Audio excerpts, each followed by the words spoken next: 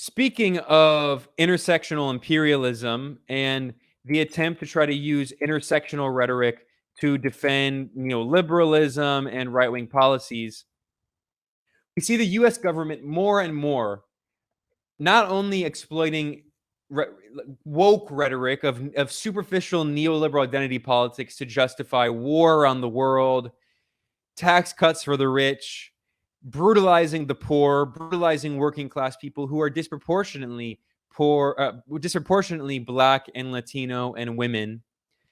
While the US government is brutalizing them and exploiting this cynical rhetoric, not only is it trying to superficially claim to be intersectional, it is literally using the term intersectional, using intersectional rhetoric.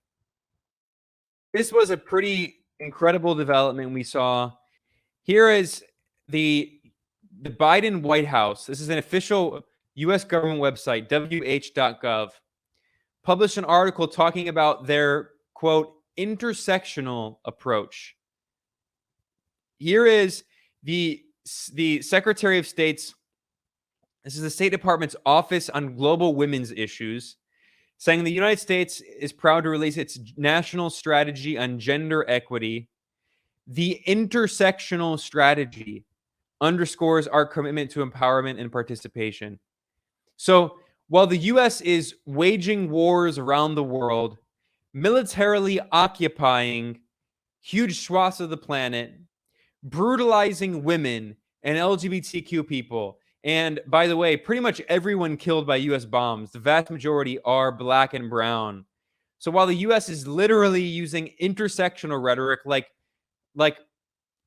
what was that website? Like Tumblr. The US government is basically using Tumblr rhetoric while waging war around the world, military occupying countries, expanding AFRICOM, the US military footprint across Africa, carrying out fascist coups d'etat in Latin America and Africa, supporting far-right forces and Nazis in Ukraine. But they want us to know about how intersectional they are. By the way, this was not the first time. Here is warmonger Secretary of State Antony Blinken, a hardcore supporter of apartheid Israel, who helped oversee the war on Yemen, which he's continuing, who helped oversee the 2000 NATO war on Libya, who helped oversee the brutal war in Syria that he's continuing. Here he is talking about intersectionality of LGBTQI plus persons in Pride Month. So intersectionality is a new tool of the US empire. Here is someone from the neoliberal bankers cartel known as the European Union, also using rhetoric about intersectionality.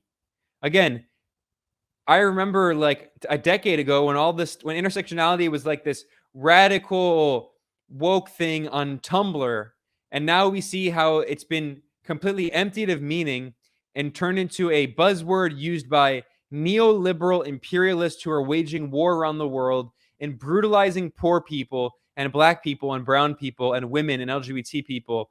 And meanwhile, they talk about how woke and intersectional they are. Here's the State Department, again, waging war around the world, brutalizing people, imposing suffocating criminal sanctions around the world. Here is the State Department talking about International Pronouns Day and saying, today we explain why many people list their pronouns on their email and social media profiles for the US government. So the US government will bomb and kill poor women of color across the global south, will starve them with sanctions in Venezuela and Iran. But hey, at least the imperial planners use their pronouns on their emails. This is what we're dealing with now. This is the future of the US empire. And as I constantly say, this is the inverted white man's burden.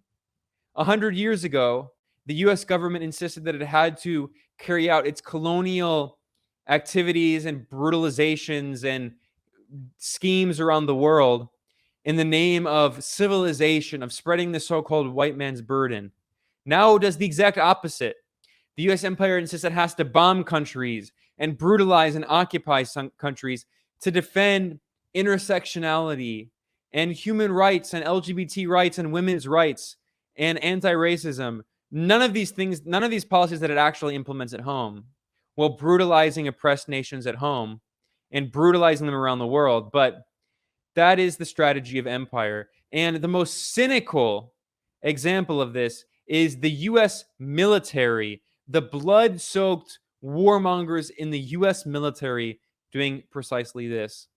Of course, the Biden administration constantly boasts of Lloyd Austin, the Secretary of Defense, being the first Black Secretary of Defense. So that's a great victory for Black Americans. Now, the head of the military industrial complex, who is bombing children in Yemen through the Saudi monarchy, who is expanding the U.S. military colonial footprint across Africa through AFRICOM, who is helping carry out coups d'etat. Well, now all of those imperial crimes can be overseen by a Black person. I mean, a great victory for Black people in the U.S. who are more and more unequal, who have more and more of their wealth taken away, who are suffering more and more from poverty and police brutality and lack of job opportunities in the United States. But meanwhile, the solution of the U.S. empire, while people at home suffer more and more under austerity and neoliberal policies, and rich people pay less taxes, fewer taxes, while poor people pay more taxes. Meanwhile, as Camila Escalante from Calzaccio News, one of the best journalists out there, pointed out, Southcom, this is the U.S. empire's, the U.S. military's hard power arm of the U.S. military colonial arm in Latin America. They just changed their head, and now for the first time, a woman is the head of the Southern Command of the U.S. military. So now a woman can use the military to help back fascist coups d'etat in Latin America. What a great victory for women. Women-led fascist military coups d'etat in Latin America. Here you can see her name is Laura J. Richardson. She replaced Commander Craig Fowler. And as Camilla points out, the reality is the U.S. military is the number one threat to maintaining Latin America and the Caribbean as a zone of peace. And that means that it's the number one threat to women across Latin America and the Caribbean. As I pointed out, the women whose families were slaughtered by death squads in Nicaragua and El Salvador, who were trained by Southcom, I'm sure they're totally happy. No, they are not celebrating about the first woman to lead the U.S. military's neocolonial arm in Latin America. And finally, here is the neoconservative who runs USAID, Samantha Power. Samantha Power is a hardcore humanitarian interventionist, in scare quotes. She helped oversee the war in Libya in the Obama administration in 2011. She helped oversee the war in Syria. She helped oversee the war in Yemen and defended the Saudi monarchy in the Obama administration. So she, just like Antony Blinken, is a neoconservative, liberal interventionist war hawk. And here now she is running the U.S. Agency for International Development, the fake humanitarian arm of the U.S. empire, a CIA cutout. Here she is praising the former commander of USAID, Admiral Craig Fowler, for his, quote, formidable leadership and, quote, tremendous partnership with USAID. And now she said she's excited to work with the new head of Southcom, General Laura J. Richardson. So here, there's two things happening. Here again, we see intersectional imperialism, putting women in charge of CIA cutouts and the military-industrial complex and the war machine. But also, this is her admitting that fake humanitarian arm, fake aid arm, USAID, a CIA cutout, has a, quote, tremendous partnership with the U.S. military and with Southcom specifically. Now, I've talked about how USAID played a key role in the coup attempt against Venezuela. They published a report acknowledging that most of the funding they sent to supposed humanitarian support in Venezuela actually ended up going to supporting the coup attempt, the violent coup attempt of the numerous violent coup attempts of Juan Guaido. And then here is yet another example that this is a report I did. Well, Trump cuts food stamps, USAID bankrolls Venezuela regime change with $500 million in tax dollars. This is from January 2020. It talks about how the Trump administration spent over $500 million, over $654 million in so-called aid to try to overthrow the Venezuelan government, and $435 million went through USAID. $128 million went directly to the corrupt gang of Juan Guaido, all while imposing austerity at home and cutting food stamps for poor and working people who really need that to feed their children. And the majority of people who benefit from food stamps in the U.S. are children.